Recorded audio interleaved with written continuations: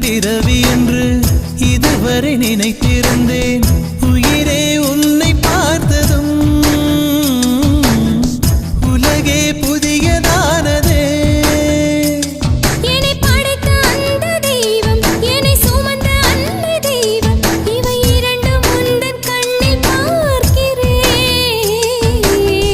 பருவங்கள் ஓடிப்போம், உருவங்கள் மாறிப்போம்.